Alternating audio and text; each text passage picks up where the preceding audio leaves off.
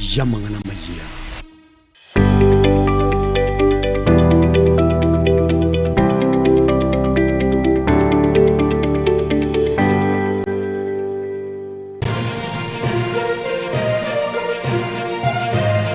Eye Nensoko TV, Oboroso Bumugusi.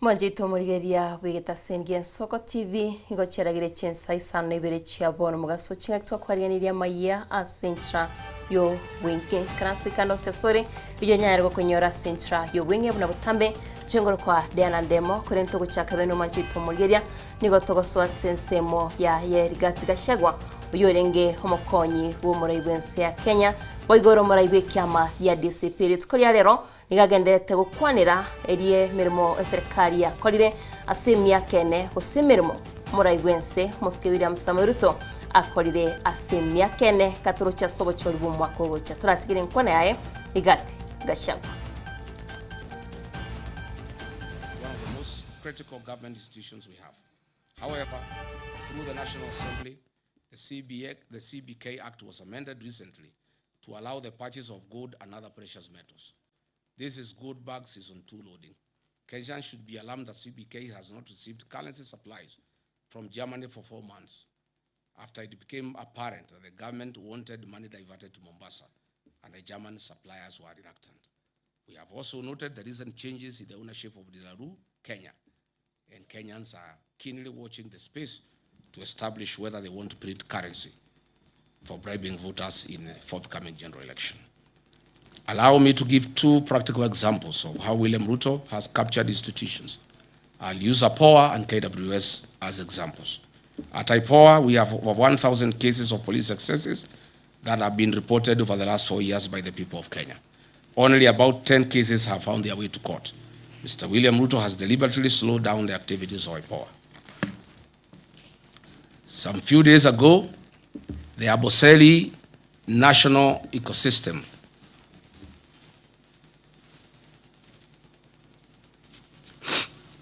the Amboseli National Park ecosystem, 15 elephants died and some lions died later. We were cheated that they were died through suspected cyanide poisoning from pesticides. Tell the Kenyans the truth, Mr. William Ruto. Doing cyanide lynching to extract good prospects. And this warning goes to the people of Ikolomani in Kakamega, where Mr. William Ruto is eyeing your gold deposits. Be very careful. Again, the CS for Health issued a Gazette notice number 11492 on 30th July 2026 on the mandatory inbound travel health insurance for tourists traveling to Kenya to have travel insurance in Kenya. We know the reason. This is because goons are after tourists in the country, and now they want to force an insurance policy down their throats. To demonstrate what professionals in this government feel and go through, allow me to quote Professor Njogona Ndungu, the former National Treasury Cabinet Secretary, during a development forum in Sweden. And I quote, "The capacity to do the right things exists, but is overshadowed by institutional failure, where someone seeks to overrun institutions. The current president is overrunning all institutions, leading to conformity driven by fear within these institutions," close quote. What is this if not impunity of the highest order? Patriotic Kenyans, historically, land is one of the most emotive issues in Kenya. Mr. William Ruto has promised to settle all historical land injustices in Kenya and resettle millions of squatters across the country. Unfortunately, he has called the lowest in this matter and created many war fronts on the land question. Over the last 4 years, William Ruto and his cronies have been involved in an historic high-level grabbing of land and misuse of public lands. For instance, 2,800 acres have been grabbed by Ruto and his cronies in Kebiko, Kajiado. 6,000 acres of land in Waso Kedong in Suswa has been grabbed. 5,000 acres of land, or Kyobo in the Masai Mara, has been grabbed. 1,000 acres of land for Puko and Limanet within Narok Township has been grabbed. Over 7,000 acres of land of Olokuto adjudication section in Narok North. Kehoto land, about 300 landowners risk being thrown out of their 700 acres of land. Davivi land in Naivasha has been grabbed by William Ruto, who has put up a home and he is growing wheat and maize in the farm. Banita settlement scheme, 14,000 acres of land have been grabbed. Olongai land, about 167,000 people are at the risk of eviction as this land is being grabbed. Egerton University land, Oscar Sudi, Samburu, and William Ruto have grabbed 2,000 acres of land meant for the university, where they are doing wheat farming. Patriotic Kenyans, health has long been one of Kenya's foremost national priorities. Building on the gains made at our Kenya Vision 2030, the Kenya Kwanza administration committed itself to delivering universal health coverage by guaranteeing every Kenyan access to affordable health, quality health care. The plan pledged to realize the constitutional right to health through a reformed national health insurance scheme founded on the principle of leaving no one behind. To implement this commitment, the government replaced the National Health Insurance Fund, NHIF, with a failed and fraudulent scheme called SHA that has left millions of Kenyans on their own. The discontinuation of Linda Mama and Edu Afia on December 31st, 2023, has left significant gaps in healthcare coverage. In 2022, Edu Afia provided medical cover to 3.4 million secondary school students at an annual cost of 3.2 billion. Today, approximately 4.1 million secondary school students no longer enjoy that medical cover, leaving parents to bear the full cost of treatment. Mr. William Ruto had committed to addressing the inequities in Kenya's education system so as to level the playing field for all children irrespective of their background. He further committed to equitable universal basic education defined as 12 years of schooling. He further committed himself to protecting and strengthening the gains made under free primary education and free day secondary education, while ensuring that every Kenyan child had access to quality, affordable, and equitable education. He also pledged to strengthen higher education financing and invest in the nation's human capital.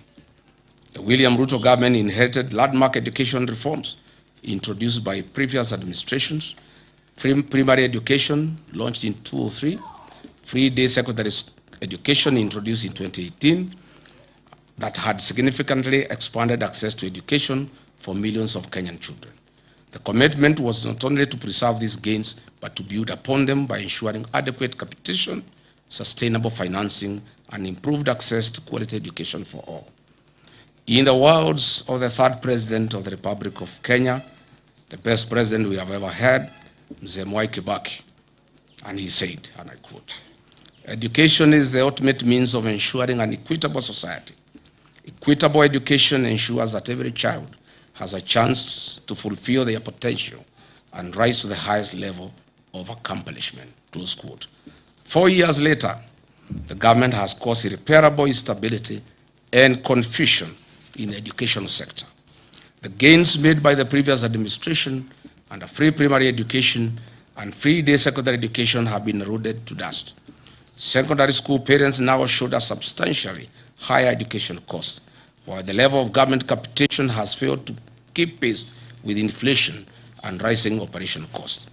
The capitation rate established in 2017 was 22,000 per student. However, today's schools receive only 9,000 per student during the previous financial year, creating a significant funding gap. Our public universities are facing unprecedented financial distress. University debt has increased from 60 billion in August 2022 to approximately 100.3 billion Kenya shillings, representing an increase of Kenya shillings 40.3 billion, or about 67% increase. As a result, many institutions are experiencing severe financial challenges that will affect the delivery of quality education.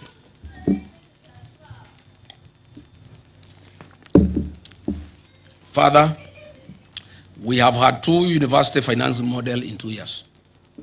Measured against the commitment to strengthen education, protect free basic education, and improve access to higher education, the evidence presented suggests that the sector has experienced significant setbacks, placing greater financial pressure on families and creating uncertainty for learners and institutions alike.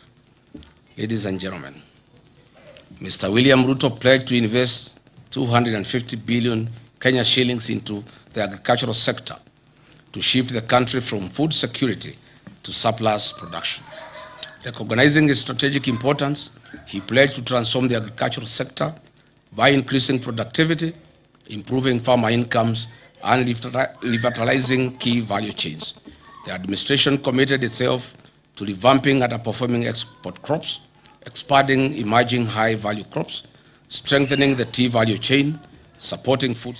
Mwanjito Morgeria hoyo nomo raibe kiama gya DCP rigati gashagwa chinga kiagendete ukwanira obukorerwe serikali asemia kene oraibwae umuske William Samuel Ruto wekiraboni go manjito murigire antunya to kumanya sobwagare wetera semtanda yete ekirero nabego chikoroga Chinsa 10 nyora sobwagare egatiari agende atagusanga nabego gukwana n'abakenya korento gosika mutwe ewizara yobochenu siyoburaibwae wizara y'abakino manjito murigeria ejwe raire na Aden Duare nere nigo bakwanire igoro yemichando hegendete kubwatikana ne wizara y'abakino nabege kyombekeria kia Social Health Authority mambia bono nigatebire bune serikali bige kubwatirana ne wizara y'abakino babege temero biryo yogo chikwene kia munamba chikunyara bagokonya ensemeyo y'abakino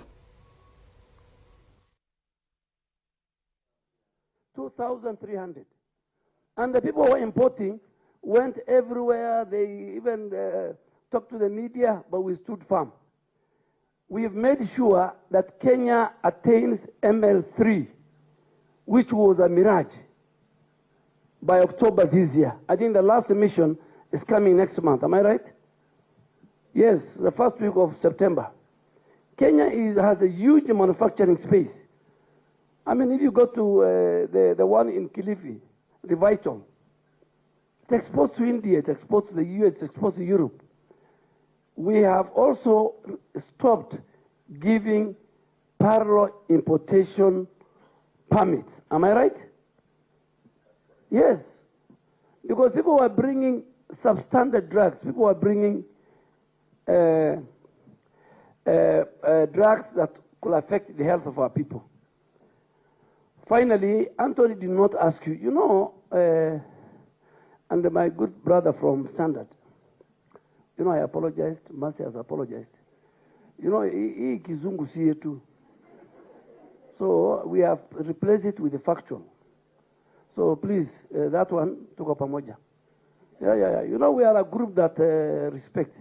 But Anthony did not ask, these characters out there, they are talking of 104 billion on this digital superhighway. And I want to ask here, and the accounting officers are here, where is 104 billion found in any of the budget estimates in the last 4 years? There's nowhere. So the element of government funding does not come in. The whole system has been built under PPP, I think it's fee for service. I think you have explained. Nabego manjito murigeria kiombe kyo Chimbe IEBC kiaborigo kwene kiabunangu chakiriko ba maiso kubwatara ni bunge irikwene kiabuno bacholi bo mwako changu chiborwa kolekana bo ibibonde bonsi utayo nigo baya kwaniraya asomo cyo Nairobi chinga kibabuliye kiombe kikwene kiabuna emero bilionsi nebekire obacholi bo mwako chaboigo utarekirana.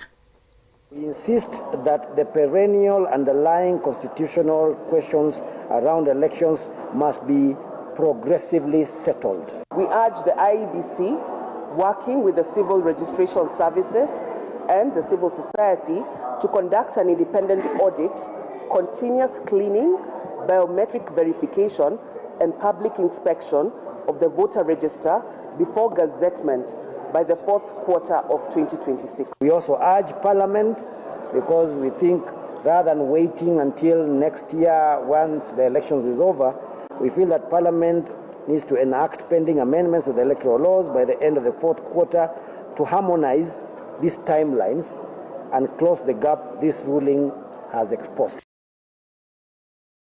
Manjito murigeria negatiari twasangire nayo mu basobono kurendene no inyora sobagare chigora Chinsa 10 no yomito Ishmael Mogere nabigensemo yabona marugoba na Chinsa isatu chemarugoba no inyora sobagare hali agendete kwene kiwakuru Chinsemo au egati yabo nenkwana ya irigati gashagwa naboigo hali agendete kwene kiwase county ya Nakuru Chinsemo cha Naivasha chinga kikiama kya ODM ni kiama kya UDA bagendete kubekemero biryo yokuwaterana asobo choli wo mwako gocha kurenda sobono genda gucengere mero betume itasengen Soko TV nero worosubo magusi buna mutamenje nkurukwa Diana Ndemo.